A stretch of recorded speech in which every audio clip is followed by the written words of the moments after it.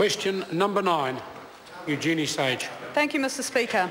My question is to the Minister of Conservation and asks, did she raise any concerns with the Minister of Energy and Resources about the potential impacts on the Māui dolphin, a critically endangered species, of granting an oil and gas exploration permit in their habitat, including in a marine mammal sanctuary? Mr Speaker. Maggie Barry. No, I did not. Supplementary. Order. Supplementary question, Eugenie Sage. Is the reason the Minister didn't raise any concerns because she knows that her government doesn't care about protecting the world's rarest dolphin, the Māui dolphin, and despite there being fewer Māui dolphin left on the planet than there are MPs in this House? Mr Speaker. Honourable Maggie Barry. This national-led government... Order. I apologise. We have a point of order from the right honourable. Can't hear that question because of the barracking over there on behalf of a number of nervous backbenchers. Order. Order. Order. Order. I acknowledge that the level of noise was louder. I heard the question. The question will now be answered. The reason why there was an interjection was actually because of the tone of the question that was raised by the member. I'm not ruling it out of order, but that certainly gives plenty of licence to the Minister. Honourable Maggie Barry.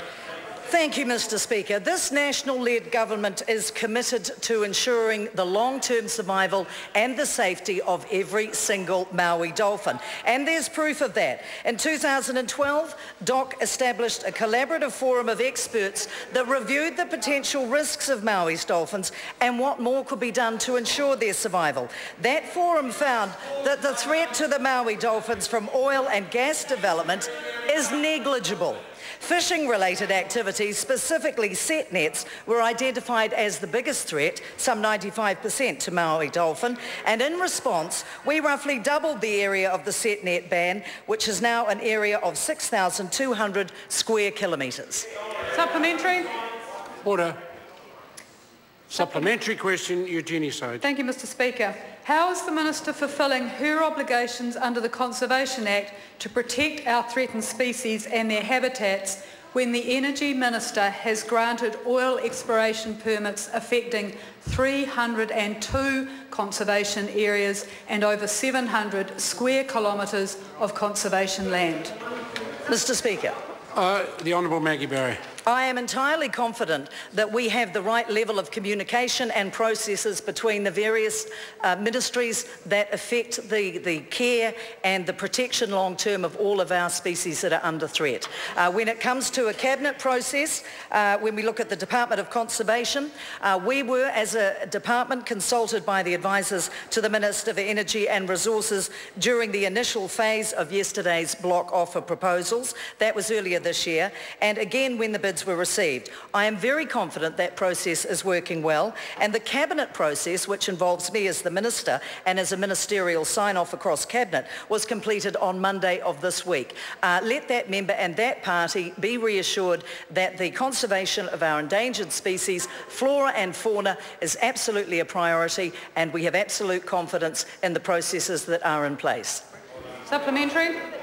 Supplementary question, Eugenie Sage. How can the Minister be so confident that cares more about the protection of our threatened species when it is allowing oil exploration in the habitat of threatened species like great spotted kiwi and like Māui dolphin, and those areas are now open for oil exploration? Honourable Maggie Barry. Thank you, Mr Speaker. I would draw the attention of that member to one aspect of this. Let's take the Māui dolphin, for example.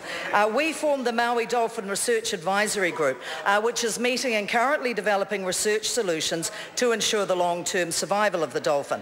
We have convened the group under the Department of Conservation and MPI, and that consists of representatives from university, iwi, central government, regional councils, as well as mining, fishing and conservation organisations. operations. Our marine mammals are being kept safe, and that's because we have put in place a code of conduct for minimising acoustic disturbance to marine mammals from seismic survey operations. That became mandatory in the law last year, and it is yet another example of where this government has moved in, where the Labor government, propped up by the Greens, had absolutely no provisions for protection at all and drilled a number of wells. We have done something other than talk about it. Order.